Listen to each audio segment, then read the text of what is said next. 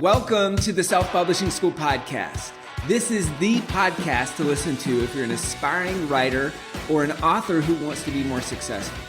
On this show, you'll learn how to write and launch a book successfully, all from the top authors and people just like you who are doing it at the highest level. I'm your host, Chandler Bolt, the founder of Self-Publishing School, the author of the book called Published, and the CEO of selfpublishing.com.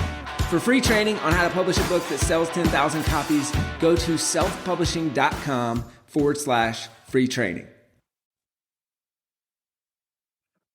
Hey, Chandler Bolt here, and joining me today is Joey Coleman. Joey helps companies keep their customers and employees. He's an award-winning speaker, and he works with organizations around the world, small and big. He's worked with brands like Volkswagen, with Zappos, with Whirlpool. He's the author of the Wall Street Journal bestseller, Never Lose a Customer Again. And he's got a brand new book that just came out. It's called Never Lose an Employee Again. Now, you may remember Joey back from episode 54. So way back. Back in the day, old school. That was the old school. So if you want to learn about using a book to raise your speaking fee, he talked about how he's gotten over, well, at that point, it's probably way more now, but over $300,000 in speaking gigs from the book, and how to get a six-figure advance. So he broke down the process of getting an advance, of raising your speaking fees, doing speaking, all that stuff. So if you want to learn that stuff, episode's 54. If you want to see behind the scenes of his new launch and kind of a check-in on, hey, how has the book sold so well since we last spoke, then this is the episode for you. Joey, welcome. Great to have you here. It's so great to be here. Thanks so much for having me back on the show. And thanks to everybody who's listening in and watching in. So appreciate it. I'm like everybody who I know who listens to you and is in your orbit, Chandler, I'm a big books guy. I'm a books addict. I love all things book related. So being able to come on your show and talk about books and my experience with books is just a true delight. So thanks for having me. Yeah, thanks for being here. Well, let's dive in with, why are books such a big part of your brand? Right. And business as a whole. I mean, obviously you've got the main one that's, I feel like, has been kind of like a flagstone book, and then now building on that with the second one. But what's the why behind that? Yeah, I mean, I've been a fan of books since I was a kid. I think this idea of being able to grab what someone knows about a topic, a perspective, etc., condensed into something you can consume in a matter of hours, where they're taking decades of life experience, is just pound for pound, dollar for dollar, minute for minute, the best investment you can make. We've got over 6,000 books in the house. My wife is an editor and a ghostwriter. We are addicted to books. My kids are constantly reading books. I'm all about books. And when I started speaking full time, I had been on stage hundreds and hundreds of times, and people would come up to me and say, "Oh, do you have a book? I want more of what you just said." And at the time, my business was structured that there were two ways to work with me. You could hire me for a speech, which was a six-figure or a five-figure investment, or you could hire me for a consulting engagement, which was a six-figure investment. There were a lot of people that wanted to make a two-figure investment, $20. And so that's part of the reason we wrote the book. It allowed me to increase my impact, increase my reach, increase the number of companies I could interact with. And then once you write one book, it's kind of like getting a tattoo, I think. You start to think, well, what if I did another one? What might that look or feel like? And then you write a second one, and I'm already thinking about the third one. And, things lead on to there. I know some people find book writing to be, an incredibly torturous process, Hemingway-esque. I actually love writing books. I find that it hones my thinking, it improves my speaking, it increases my clarity, and it allows me to explore things with my mind and with my words that happens kind of in a playground, a literary playground, if you will, that is just a really fun place to play. That's cool. And I love that. I've never heard that analogy of the tattoo analogy. I always say it's like kind of like learning how to ride a bike. Once you know how to do it, you can just do it again and again and again. And it's like that muscle memory makes it easier. What new fact that I know about you with your wife being an editor and ghostwriter? So I'd love to hear more about that. Maybe because I would assume that you're probably more known as the speaker. She's probably more known as the writer and the editor. Correct. And so what have you learned from her that's helped you write, almost like incorporate the live feedback from talks into what you called like the literary playground to help you write better books? Yeah, Chandler, if we were to talk about all the things I've learned from my wife, we need to do a 38-day podcast interview, right? Specifically with books. Let me tell you, there's so many things that I've learned from her, specifically from books. Well, a couple thoughts. Number one, I want to be clear. My wife's also a great speaker in her own right. People ask me all the time, Joey, have you done a TED Talk or a TEDx talk? I haven't, but my wife has. Okay. She's a rock star of a human being. But what I really learned from collaborating with her, and she has helped me with both the writing and the editing of both of my books, is that you want to bring in an editor at different points in the book process. And most people, in my experience, wait too long. They wait too long to bring in an editor. And here's why. They think, oh, I'm going to bring in someone to correct my grammar or my spelling. That's great. That's a copy editor. That's important. That's valuable. You absolutely want that in your book process. But you want someone checking your assumptions as a developmental editor very early on in the process. And that's the role my wife plays in my books. She actually does both, but where she's been an absolute godsend is helping me to say, all right, I think I generally know where you're going, but you're going to want to spend some extra time here. You're going to want to deepen this a little bit. You know, she, in full disclosure, she challenged me hard on this book. When I first told her I wanted to write this book, she's like, yeah, I don't think it's a good idea. I was like, I'm sorry, what? Like, honey, normally you're super supportive of my ideas. She's like, you spent 20 years being the customer experience guy. Now you're going to be the employee experience guy. I just don't necessarily get it. And I'd be lying if I didn't say I was a little hurt by that. I was like, come on, I feel it. I'm excited about this book. But it forced me to hone my thoughts.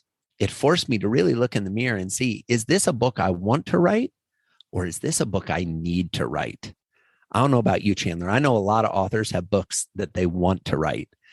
I think you're better served if you find the book you need to write and you go write that one, because that comes through on the page. That comes through in the written word, in the spoken word, in the audiobook. You know, that is really what I think moves the dial for somebody experiencing your book, reading your book, listening to your book. And so that's why I think getting an editor involved sooner rather than later is a good thing. So she challenged you on, hey, in the employee book, when you're the customer guy, what do you see is the difference between the book that you want to write and the book that you need to write?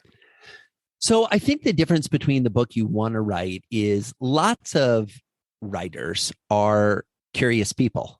They're curious about topics. And often I think they write books because they want to scratch an itch. They want to explore a topic. They want to research it. They want to kind of get it in there and mess around with it and come out with their own perspective, their own point of view.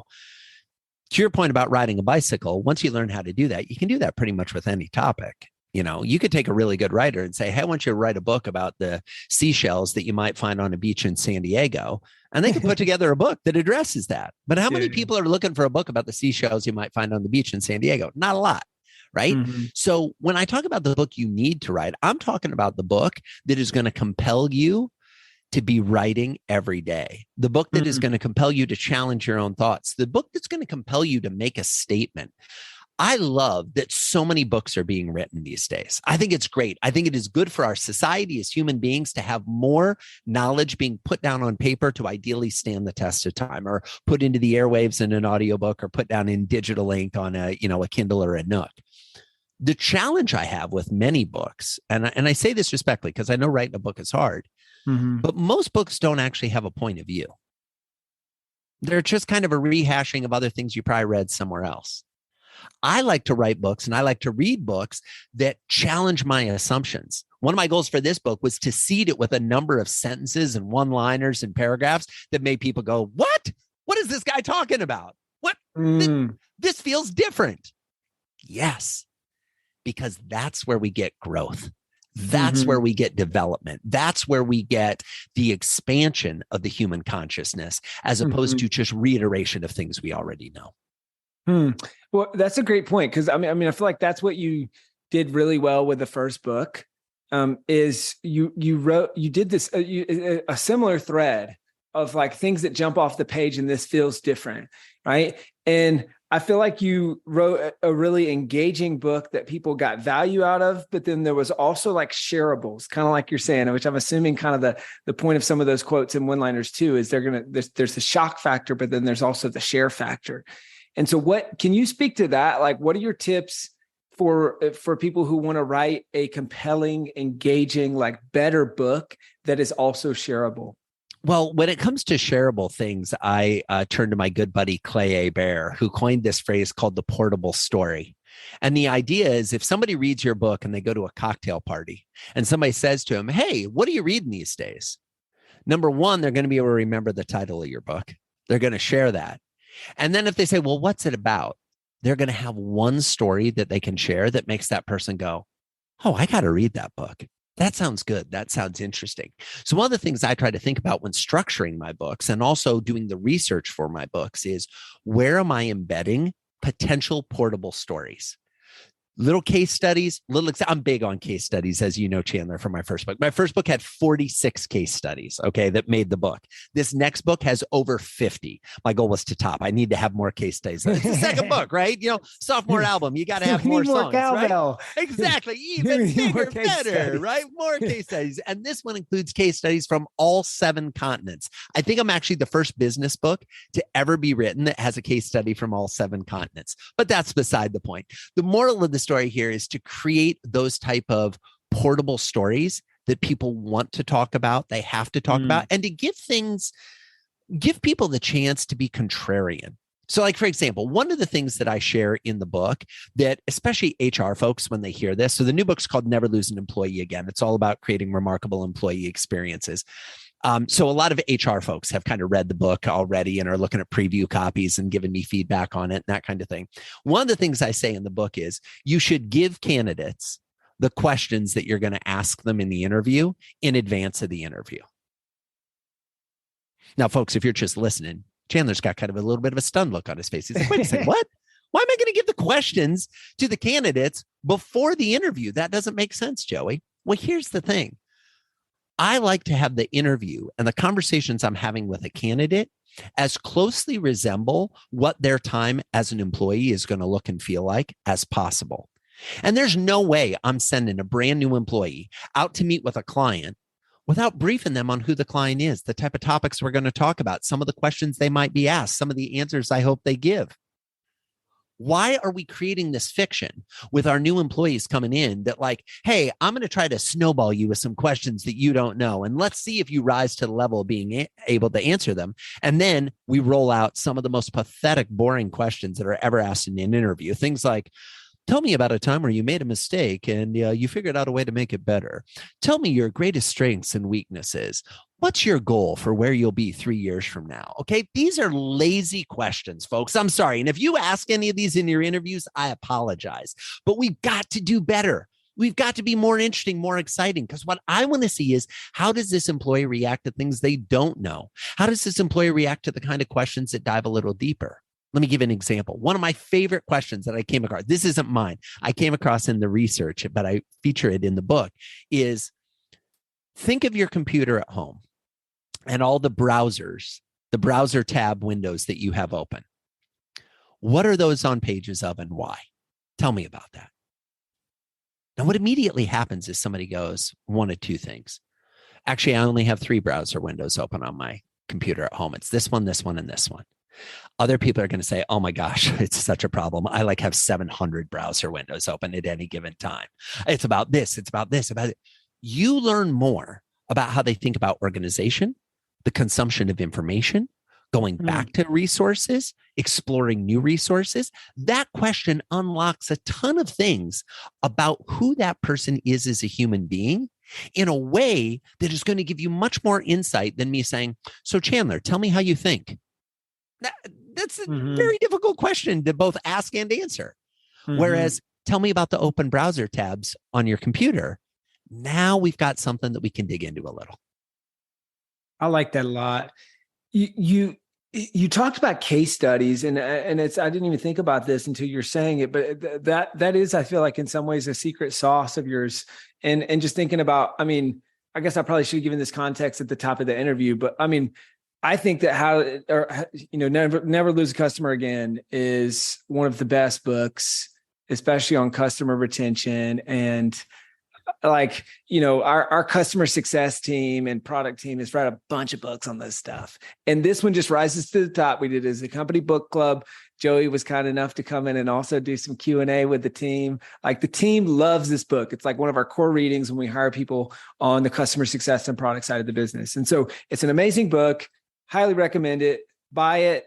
I haven't read the new one yet, but I'm sure it's just as good. And it's got, 10 more case studies. So it's at least, 20% better. But circling back to this case study idea, I didn't even think about that, but I can remember like how you just trickled those throughout. And it wasn't like a lot of times case studies can feel like, okay, this is just like kind of blooped in there as like I'm so awesome and you should work with me and that sort of thing. But it was illustrating a point.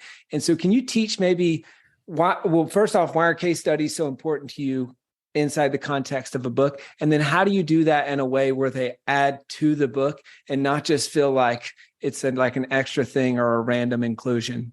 Yeah, no, I appreciate that question, Chandler. Here's the thing. Human beings are powered by story. If we think back to caveman days, when people were huddled around the fire, trying to stay warm, we know that they were telling stories. We know this because we've seen drawings on the walls of the cave. We can imagine someone doing a presentation, okay, here's what the woolly mammoth looks like. Throw the spears at this part of the woolly mammoth. Stories were being told. These conversations were being had. And people love learning from stories. Why? Because it doesn't usually feel like you're learning. Humans love learning. They don't necessarily love being taught. The distinction there is if you're reading and the story and what you're taking away from it is embedded in the language and in the narrative and the dialogue and the, kind of arc of the protagonist, it's going to hit it a very different way. Now, when I think about using case studies in my book and in both of my books, actually, what I think about is telling stories that are going to move the reader from point A to the point I want them to go, and to think about leading them through an entire book, almost as a fiction writer might, of getting them from the beginning of a story to the end of the story. The other thing I do that's different than some folks, and you kind of alluded to this in your question, is many, many, many of my case studies, not all of them, but the great, great majority are about companies I haven't worked with. Hey, Chandler Bolt here. I hope you're loving this episode so far. It's time to go from inspiration to implementation. All right, so if you've learned something, we want to help you implement what you've learned with your book. So what I want you to do right now is go to selfpublishing.com/schedule, book a publishing consultation with one of the experts on my team. We'll talk about your goals for your book, your dreams, your challenges, your next steps, and we'll start putting together a plan. All right, so go to selfpublishing.com/schedule, book a call with the team. Let's see how we can help with your book. It's time to implement. The stories aren't told to have you go. Joey's great to work with. Some business books are written that way, and that's fine. And those folks, kudos to you. You do you, I'll do me. My stories are written to make you say, I bet we could do that here. And I bet we could do that without hiring Joey, because nowhere in this story did it say Joey helped them do this. Joey just shared the story. And it's a story they haven't heard. One of the things that is very important to me is to not only include examples from Apple and Amazon and Zappos. And these are amazing companies. Don't get me wrong. They do incredible things in the customer experience space and in the employee experience space. However, I want a reader to say, I've never heard of this company. Because some small part of their brain will also go, and no one's ever heard of my company either. So maybe I could do this. Maybe I could implement what he's talking about. Because Chandler, I believe there are three types of books. I also believe there are three types of speakers, the same categories. There are books that make you think differently, books that make you feel differently, and books that make you act differently. And while I certainly want my readers to think and feel differently, if they don't act differently, I haven't earned their investment of time reading my book. So I want my books to be action-driving playbooks that make people go, yes, this is changing how I think about customer experience, or changing how I think about how I treat my employees.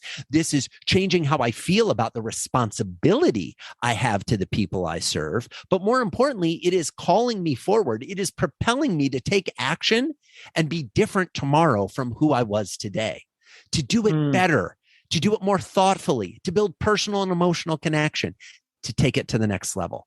Because that, I think, is how you write a book that's a perennial seller, that's as valuable 30 years from now as it was the first day you read it. You know, one of the things that I really love, and you mentioned this with your team, and I so appreciate it. How I know I did a good job with my first book is when people say to me, hey, I'm reading your book again for the fourth time. That to me says you got enough value the first time that you knew it'd be valuable to read it again. That was one of my goals for both books. And I'm proud to say we achieved it with the first one. We'll see with the second one. That's my hope. I think we're actually going to get it even better with the second one, but we'll see what happens over the time. That's really great. I like that. A couple of things I'd pull out of that. I love what you said about the point of a great story or case study in your book is to get people to see themselves in the story and to say, hey, I can do that. It's really interesting. It reminds me of a speaker trainer that I had one time. He's like, if you tell a story in your talk and anybody ever comes up to you after the talk and is like, man, that's a really great story, it was a bad story. But if they come up at the end of the talk and they're like, oh my gosh, that was totally me. Like when you said that thing, it was totally me. Exactly. Like, that's a great story. It's like they got to see themselves in the story. And so I love how you kind of featured that and mentioned that and the originality too, because it's like, you know, we don't need to hear again how Michael Jordan didn't make his high school basketball team. Yeah, I mean, here's the thing. I don't want to denigrate stories that we've heard before. The reason they've stood the test of time, the reason they continue to be told is because there is a kernel or a nugget that is important for us to learn. However, in the context of business books, we kind of know the stories. We kind of know that Apple cares about design. We kind of know that customers get taken care of at Zappos. We kind of know that Amazon started out with books and now does everything. Okay, we've got those. Tell me the story that you don't know. So like Amazon Canada is one of the featured companies in the book. Amazon Canada has this really interesting thing that if you're applying, they give you the option to talk to someone who's in an affinity group like you. So if you are of a certain race or a certain religion or a certain culture or belief, you can self-select and say, let me talk to somebody like me in the organization. And as part of the interview process, they put you on the phone or on a Zoom call with someone like you. So you can say, hey, I'm concerned. I want to know, are there people like me? Are there people that believe what I believe, that look like me, that act like me, that think like me, etc.? That's part of their process. Now, most people have never heard that about Amazon. Most people have heard, oh, it's terrible working in their warehouses. They treat their people obnoxiously. Oh my God, they're burning through people left and right. But gosh, I still love doing business with them. Give me my Prime delivery in an hour. That's even faster. And it's like, well, wait a second. What is happening behind the scenes? To me, that also leads to portable stories. So if you're sitting at a cocktail bar and cocktail party and somebody's talking about, Amazon, be like, I learned something funny about Amazon the other day in this book I was reading. What was the book? Oh, it's called Never Lose an Employee Again. And it's how Amazon does interviews to allow people to see themselves within the organization by interviewing with someone of a similar affinity or a similar interest or a similar background or career. Now we're having a different conversation. That's really cool. That's awesome. I want to ask maybe one more question on the first book and ask a couple more questions on the new book. Kind of broadly, like, why do you think the first book, Never Lose a Customer Again, like, why do you think it's sold so well? And it feels like over a long period of time, like it wasn't just a flash in the pan kind of book like a lot of books are. Yeah. Well, first of all, I appreciate the question and I want to acknowledge luck and good fortune. Okay. There are some amazing, amazing books that are written that will never sell more than 200 copies. There's some books that aren't worth the paper they're written on that will sell thousands and thousands of copies. Okay. So some of it is just luck. But if I take a little more responsibility, some of it is because of both the way I went into writing the book and what I've done since then. And since I know we've got a lot of folks that are into books, not only writing books, but marketing and selling and promoting books, I'll share an example of each. In terms of writing the book, it was really important to me with every book I write, if we're going to chop down a tree and print this on paper, that tree had to grow for decades before we could chop down the tree. Probably 30, 40 years. I want the day my book comes out to be able to imagine someone 30, 40, 50 years from now sitting reading that book and still finding great value. So I try to write in a way that is evergreen, no pun intended, but the trees analogy, right? Yeah. Something that is going to stand the test of time and be worthy of the investment that went into printing the ink on the page and buying the book. So I think it's important to write books that are valuable over time. That involves things like not necessarily mentioning specific platforms or specific tools, talking in general about behaviors as opposed to, and I recommend you do this. Now, if you're writing a book that's 10 hacks to get more followers on Instagram, yes, of course, you're going to have to talk about Instagram, but know that it is highly likely that that book is not going to have any value 30 years from now because the Instagram algorithm is going to have changed so much. So just be clear about the type of book you're writing. Number two, the ongoing sales and promotion. If you want me to be on your podcast and talk about never lose a customer again, I'll come on your show. I probably do 2 or 3 podcasts a week about my first book that came out 5 years ago. Why? Because I, as the author, need to keep talking about it. No one on the planet will care more about your book than you do. If you think your publisher's going to care more about it, oh my gosh, if you got another thing coming. If you think your editor's going to care more about it, oh, you've got a new thing coming. If you think your publicist or your team or even your readers, no, you are going to care more about your book than anyone else. So this is why I talk about writing the book you need to write instead of the book you want to write, because I need you to still keep talking about this book. Always blows my mind when you meet an author and they've written 30 books and somebody asks them a question about their first book and they're like, oh, I'm sick and tired of talking about that book. Stop that behavior, please. If your reader wants to talk about that book, you put it into the world. You get to keep talking about it. Now, you may say, hey, I don't want the whole conversation to be about this, but you got to give them at least 1 or 2 questions. Answer their questions. They invested time to read your book. I always believe that if somebody's willing to invest their time to read my book, I'm willing to invest the time to answer any questions they have about it. That's cool. I like that. Well, let's talk about the new book. Kind of a great segue on Never Lose an Employee again. So I want to talk about the behind the scenes of the launch of this book, but actually maybe before then, I'll back up on title and brand choices. So, I mean, when you look at the covers, very similar. Obviously, the title very similar. So it's a play on that brand and kind of tying the brand together and maybe serializing the book in a way. What was the why behind that and kind of the thought process behind that and turning it from a book to a multi-book brand? Well, I think there's the process going into it, and then there's the process on the other side. When I wrote the first book, I didn't know I was going to write the second book.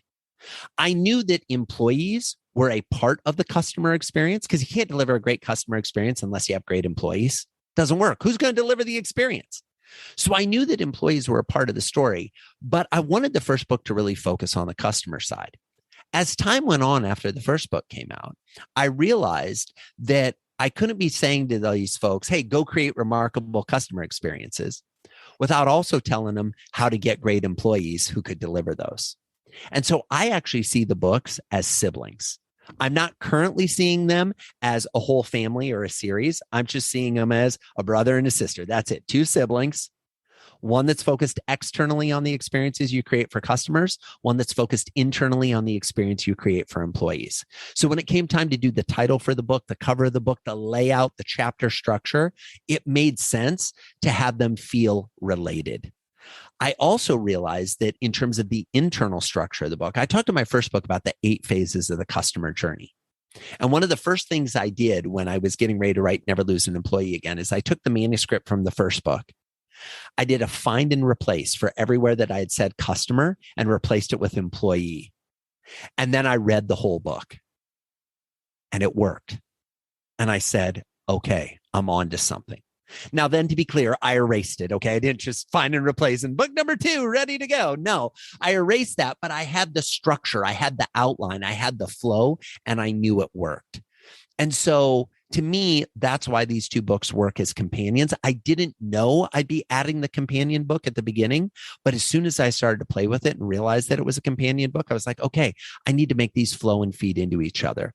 The other thing I will say is one of the most interesting pieces of advice I ever got from my friend Ryan Holiday, who's an amazing writer, is the day my first book came out, I had the pleasure of having lunch with him, which was such a treat to have a meal with one of your favorite authors that's alive today, the day your book comes out. I could have pinched myself. I was so thrilled.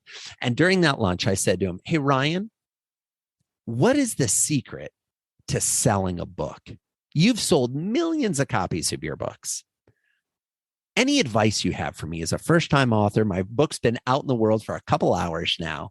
What advice do you have? He said, Joey, nothing sells a first book like a second book. I said, what do you mean by that? He goes, if you write a second book, there will be people who read that who haven't read your first book, who will go back and read the first one. I was like, well, all right, that's interesting. Hadn't really thought of that before, but it's true. I've done that. I presume you've done that. Everybody listening and watching, you read a book and you're like, I want to read everything this author's written. Mm-hmm. So if there is some ability to tie a through line to what you write, Joey writes about experience. I write about customer experience. I write about employee experience. My next book is going to be about human experience. I write about experience. So that if you are a human who's into experience, you're going to learn a thing or two from my books, or at least that's my hope. And a similar avatar, right? Like, I mean, it's pretty easy in the context of your book to say, all right, I run a company. I read one or the other and, never lose a customer again, and then bought it from a whole team. And then, okay, now never lose an employee again and buy it for the HR team or the whole leadership team or what. So it's kind of Chandler, yeah, you're so right. And if I may, you just hit on one of my biggest sales challenges right now. Because that's exactly what has happened. People who read the first book are like, oh my God, everybody in the company that needs to read this book, never lose a customer again. People who are reading the second book are coming back and going, Joey, this is amazing. I only want our head of HR to read it. Because if our employees read it, they'll realize we don't have that great of an employee experience. Oh, interesting. But here's the thing. I respectfully tell them the employees already know you don't have a great experience. They don't need to read a book to know that. You actually want them to read it because employee experience is not only created by the head of HR. Yeah. Employee experience is created by everyone you work with. Coworkers, colleagues, managers, bosses, direct reports, contract employees. Anybody who is in the space, who is part of the team, is contributing to the overall experience. So if you want all of your people to be on the same page, to use the same nomenclature, to kind of approach experience in the same way, I think they should all read the same book. And especially folks who are responsible for managing people. Because here's the thing, the book talks about 8 phases of the employee journey. The 4th phase in the middle is the first day on the job, the activate phase. Most of the activity that happens before the first day on the job is managed by the HR department. They're doing the ads, they're doing the interviews, they're doing the hiring and the onboarding, they're getting people on board. When you show up for the second day on the job, who's responsible for that day?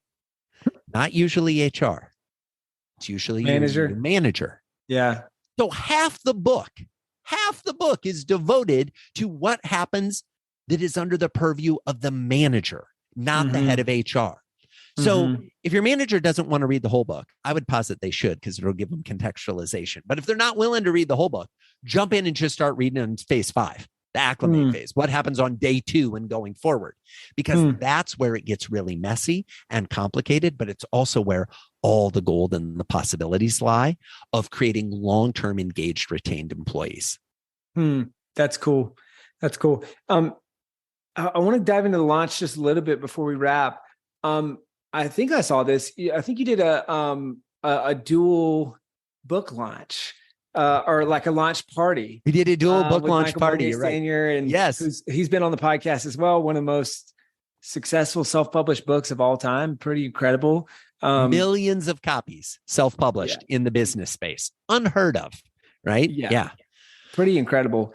So what was the thought process behind that? You guys, I guess, both have books launching at the same time, similar topics, it seems like. But what was the thought process behind doing a two author, two book launch party kind of together?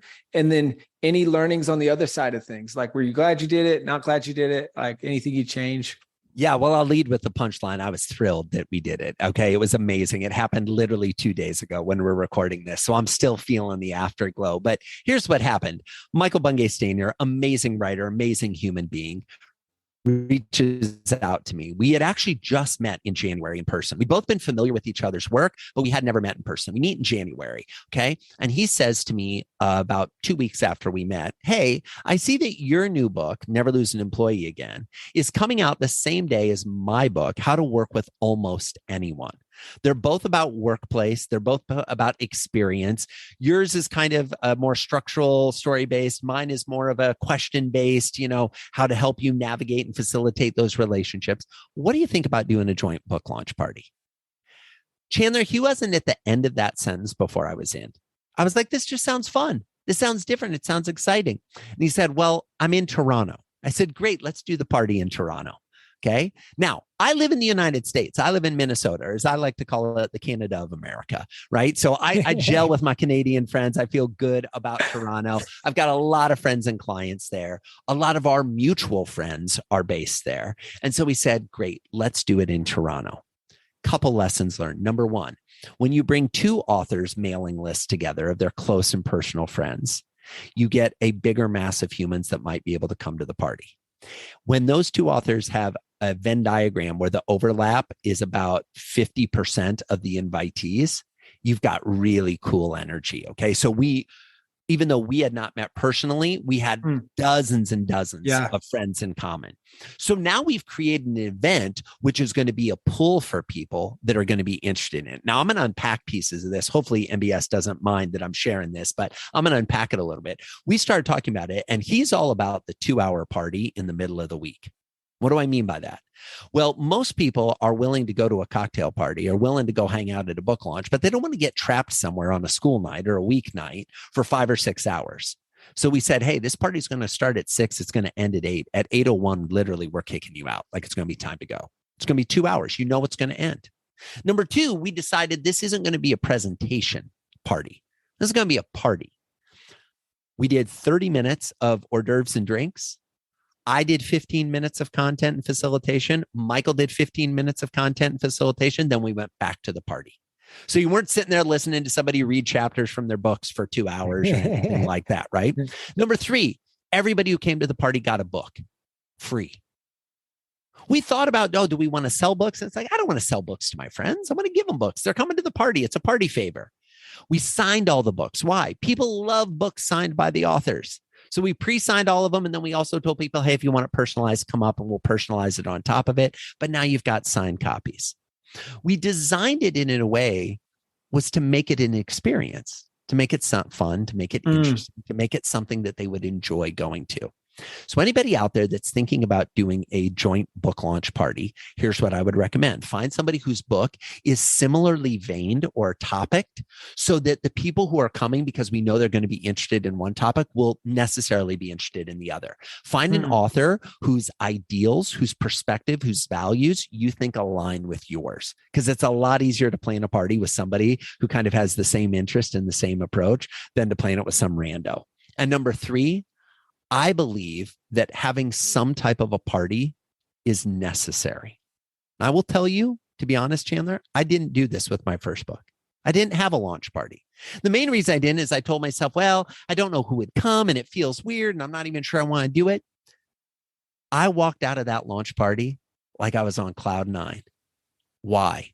Because producing a book and getting it out into the world is something that so few humans have ever done or will ever do, that it is worthy of your celebration and acknowledgement. If there's one thing I know about authors, and I say this from a place of love, we have a tendency to write a book and get to publication and are just like, ugh, I just want to be done with this. I'm exhausted. I'm tired. I'm worn out.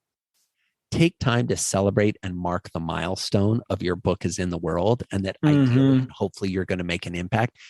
give yourself that gift. It's a good gift.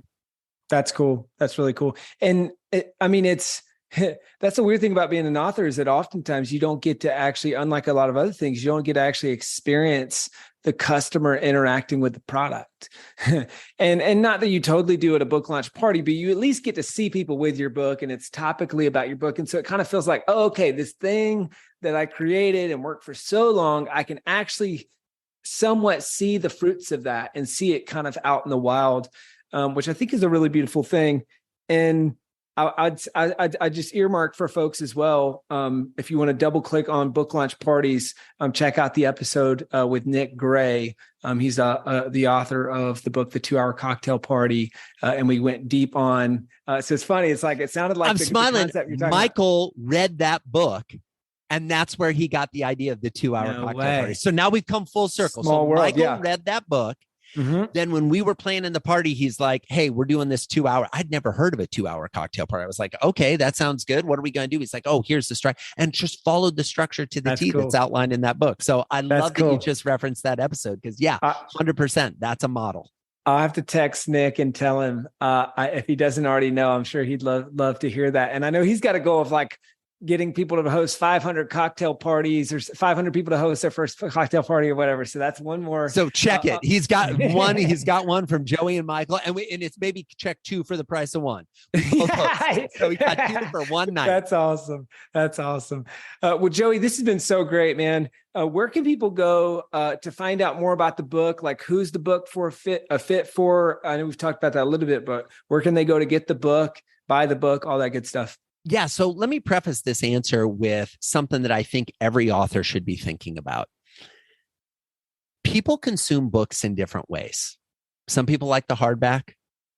Some people like the ebook. Some people like the audiobook. It was really important to me to have the book available in all 3 formats at launch. Now, I know that some publishers and some authors have a strategy of, well, first introduce the ebook and try to hit some list and then roll out on demand the print book and then drop the audiobook 30 days later so that you can get another lift. I'm a customer experience guy. And my theory was I want my customers to be able to consume my book in whatever way works for them on the same day. I don't want to create second-class citizens or folks that have to wait for it. So we did that. So the book's available in all 3 formats, and I narrated the audiobook. So if you've enjoyed the sound of my voice, you can hear me narrating. I narrated the first one, Never Lose a Customer Again. I narrated the new one, Never Lose an Employee Again. Would love to have you check out the book. It's available wherever you get books. Friends, go out and support your indie bookstores. Okay. I know we all like going into Barnes & Noble and taking photos of the book with the Amazon app and ordering it on Amazon. Okay. And by the way, Barnes & Noble knows that too.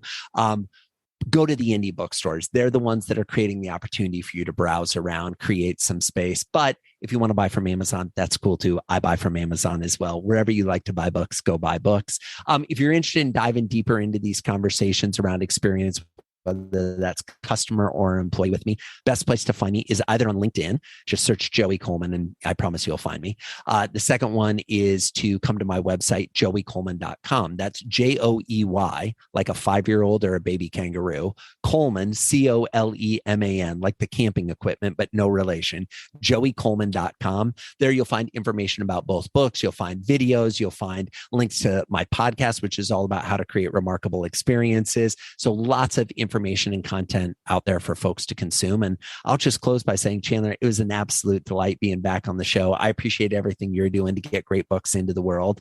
And I thank everybody for listening in. I know we've got a lot of authors listening and watching. Keep writing books. Keep being remarkable. Keep writing books that are going to move people to action and to stand the test of time as evergreen books, because Lord knows we need more of them. Yeah, I agree. Joey, this has been great. Guys, grab a copy of the book, Never Lose an Employee Again. That's the new book. Or grab the book, Never Lose a Customer Again. Great books. Check them out. Joey, you're the man. Appreciate you. Thanks, Chandler. Have a good one.